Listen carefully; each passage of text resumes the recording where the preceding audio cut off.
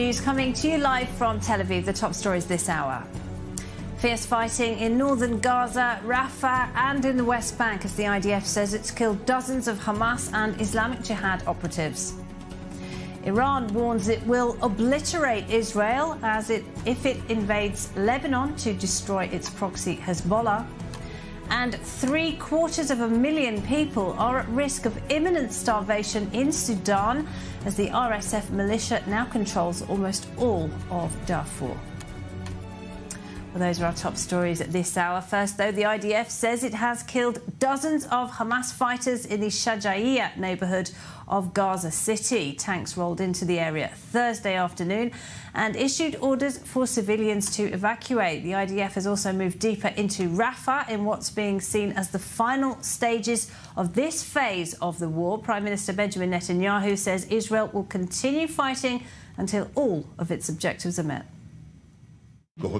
Our forces are operating in Rafah, Shajaiya, everywhere in the Gaza Strip. Every day they're eliminating dozens of terrorists. This is a difficult struggle that is being waged above ground, sometimes in face-to-face battles, and it is also being waged underground. We are committed to fighting until we achieve all our goals. Thank you for being with us, Harald. Good to see you again. Let's start with what's happening in Shajaiya, the neighbourhood of Gaza City. Is what is happening there key to the wider aims of this war? Well, I think it provides us a model or a case study, if you will, of how the IDF works against Hamas operatives. Shujaiya was already occupied about half a year ago. The IDF left. And from the evidences that I've collected after, soldiers described it as a boring neighborhood.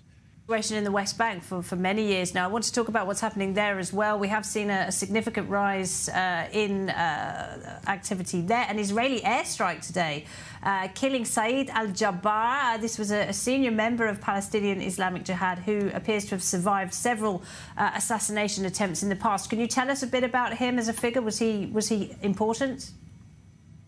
Yes, it was important. He is part of the Islamic Jihad infrastructure in the northern Samaria area, a place where the Palestinian Authority is quite weak, or I would say ineffective, actually. Report shows that more than 100,000 Gazans managed to get out of Gaza and across into Egypt via the now closed Rafah crossing. What is life like if you're Gazan in Egypt? Well, it's basically hopeless. Many of them don't know where to go. Some of them hold Jordanian citizens, but other family members were not allowed to come to Egypt because they don't hold a Jordanian passport. They are sitting and waiting. They wonder how life is going to be in Egypt if their stay is extended. So again, this is a considerable number of Palestinians who crossed into Egypt. And this is not discussed and talked about because Egypt doesn't want to appear to be a country that is helping Israel. But it's worth bearing in mind that while the IDF does have its work cut out for it with the difficulty in detecting these weapon systems that Hezbollah is sending across the border, it has been able to correctly identify several. A little earlier in the day, 2 hours ago or so, a bit further to the east of us, there was at least one drone, if not more, crossed the Lebanese territory into the upper Golan Heights, with the IDF saying that one drone did fall and explode in that territory, although no damage and no casualties in any of those incidents. But we have been hearing sporadic artillery fire and what sounds like explosions on the far side of the border in Lebanese territory, as well as a lot of IDF aircraft patrolling, especially over the area of the Golan Heights, and that's likely activity related to Hezbollah's attempts to send these drones over the border. Meanwhile, Rob, let's zoom out a little because of Hezbollah asking for reinforcements, rearmaments. I think there's two ways to look at that. One would be that this could be an impact of Israel's ongoing attacks against Hezbollah, with the casualties starting to stack up. Just today, Hezbollah announced 3 more casualties, likely caused by IDF airstrikes earlier. But the second way to look at this would be that prior to an escalation in a conflict or the outbreak of war, it's very common for militaries to rearm, to rush in new supplies and reinforcements to positions where they need them.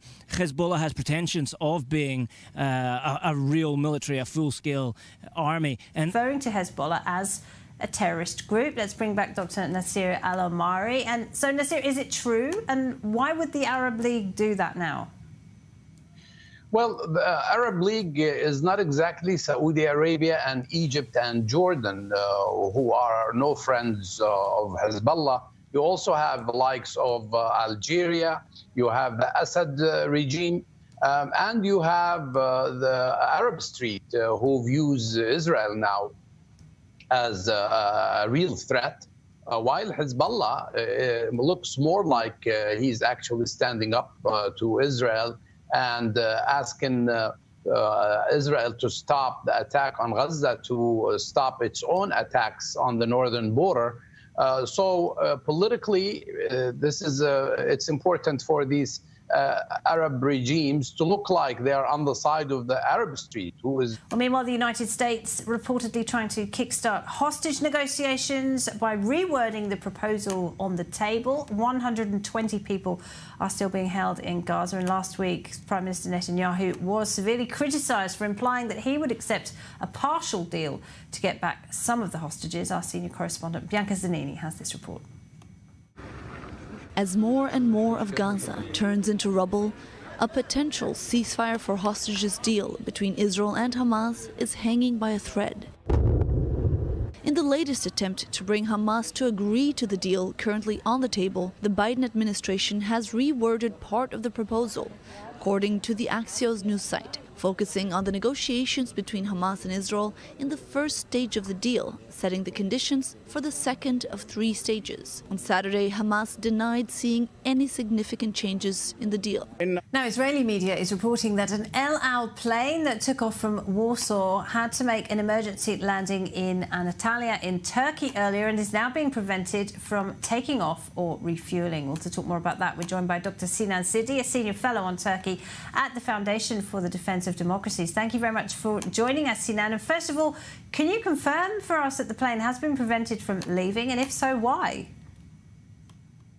So it defies reason. As last I checked, it seemed as though the plane was permitted to take off, but it's had to sort of stop in another country now for refueling purposes. Called moderate and an ultra-conservative have made it to a runoff vote in Iran's presidential election. Neither Masoud Pezeshkian nor Saeed Jalili won enough votes to be declared the outright winner. Sources inside Iran say that turnout stood at around 40%. That's lower than the clerical regime had predicted. Our Middle East correspondent Ariel Osseran has this report. The votes are in as Iran heads for a runoff in its presidential elections. None of the candidates managed to win an absolute majority of the votes. Therefore, the first and second candidates with the highest number of votes will be announced to the Guardian Council. Friday's second round will see little-known reformist Masoud Pezeshkian square off against hardline former nuclear negotiator Saeed Jalili. The first round came down to a tight race, with Pezeshkian securing 42% of the votes, compared to Jalili's 38%. Election day is a time of great joy and excitement for us Iranians. The people's vote will shape the country's future for the coming years. The longevity, stability, reputation and honor of the Islamic Republic depends on the people's participation.